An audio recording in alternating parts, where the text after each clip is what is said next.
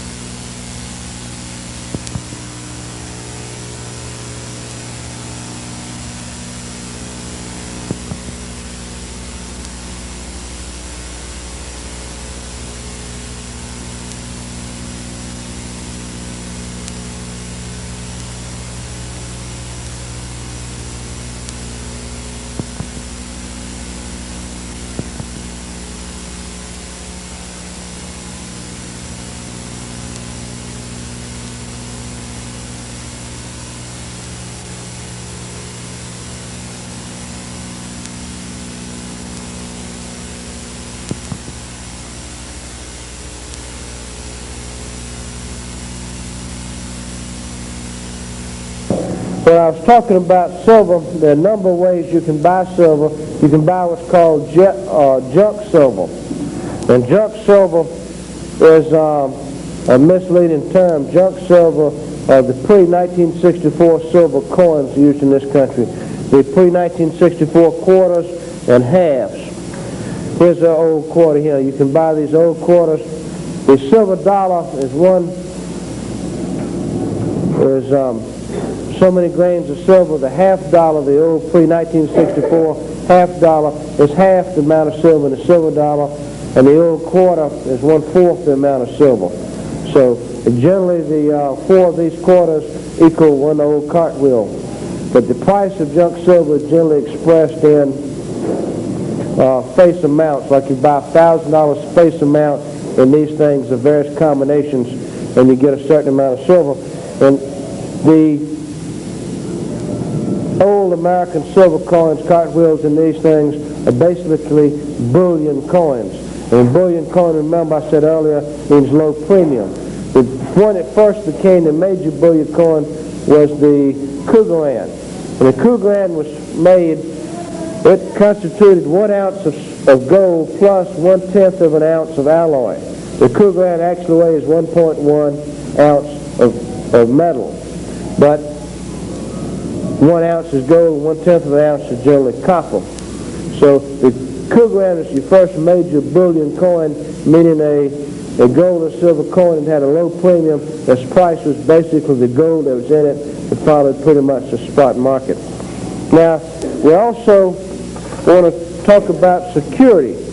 What we recommend is, for security of your silver and gold coins, that you use these what we call Krugerrand canisters. This is PVC pipe that you can buy from plumbing supply houses or construction sites, and you can also buy these caps. You can order these Krugerrand canisters from us. We're selling them now for $10, and it's a good buy. When you buy your silver and gold coins, you put them in these Krugerrand canisters, and you bury them in your backyard, or we say bury it in your backyard, but really don't recommend that. And you'd put this in the attic of your house under the insulation, or go in your furniture, your sofas and your stuffed chairs, and stick them underneath there on the inside, and maybe nail them and tape them in. You can hide these things in various places in your house. Another place to secretly hide gold and silver is go in the face plates of your light switches, your plug-ins for your electricity. Take that piece of plastic off. There's plenty of room behind there to put silver and gold. You can put these things in a number of places, like your floorboards and stuff like that. These things are fairly secure. There's not much of a problem in losing these things. The biggest thief we've got now is the government. The government's definitely going to steal everything and inflate it into nothing, which is a form of theft. Two-legged thieves are not that much of a problem. So your silver and gold is perfectly safe, hidden somewhere in your house. It's really not a problem. The problem is the politicians. And as I said earlier, if you trust the politicians and their promises put your life savings in retirement in Federal Reserve notes and Treasury bills or government bonds. If you don't trust the politicians, then buy hard money, put it in something that's worth something. Insofar as silver and gold have been hidden in the house, it's safe against thieves, and also it's relatively safe against fire damage. A friend of mine had a stamp collection. He collected some stamps. He also had some silver dollars he was collecting. His trailer caught on fire, and everything burned up. But metal, as you know, doesn't burn up unless it's super hot. So what he did after the trailer fire died down a little bit, he went over there where his chest of drawers had been and pushed the ashes aside and found all his silver dollars there. The silver was still there, and they had melted just a little bit and lost that pretty picture, the stamp. The image was stamped on there was smeared because of the heat. They had melted a little bit, and therefore he lost the coin collecting numismatic value. But the basic silver was still there, still worth something. Of course, his postage stamps were going with the wind. So if you want to collect stuff, silver and gold is a good thing to collect. It doesn't burn up, and it's fairly safe. During the break, somebody asked me about safe deposit boxes in banks.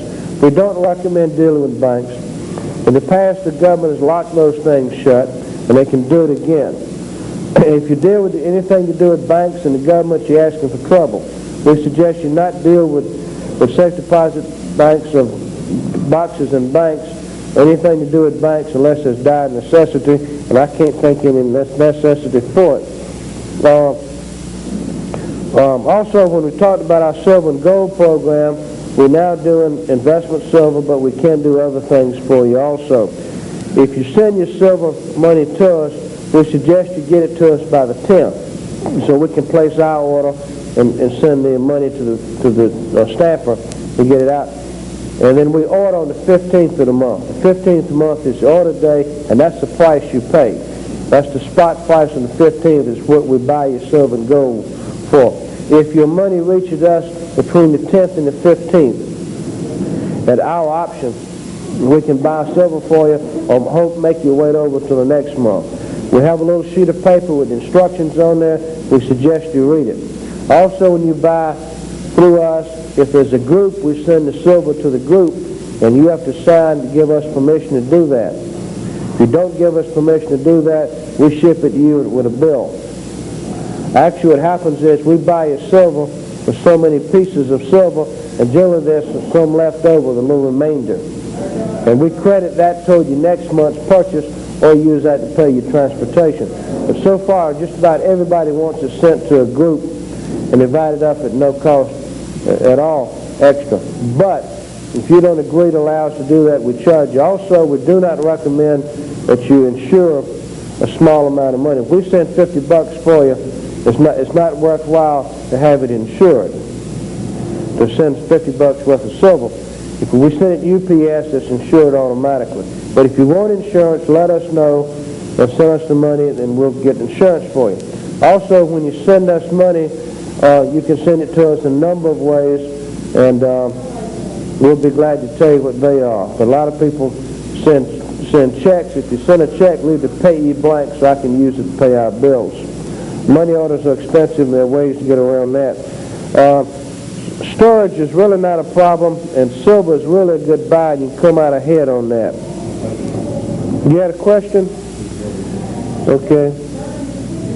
Oh, yeah, one thing I wanted to clear up when I was talking about silver and gold increasing in value, a better way of saying it is, over time the dollar drops in value. When we say silver and gold appreciate against the dollar, almost in every case that means the value of the dollar is dropping because the government printing presses are printing so many out there, it's flooding the market, people don't want them, they lose their value.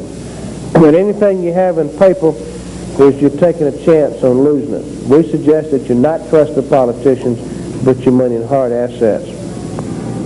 Okay, Jeff, can you think of anything else? Anybody else got anything? Okay, at this time I'd like to close the meeting. I'd be glad to answer any questions. My number is 803-225-3061. I'd be glad to help you if you have questions about silver and gold. And thank you all for your time and attention. Thank you. Thank you, sir.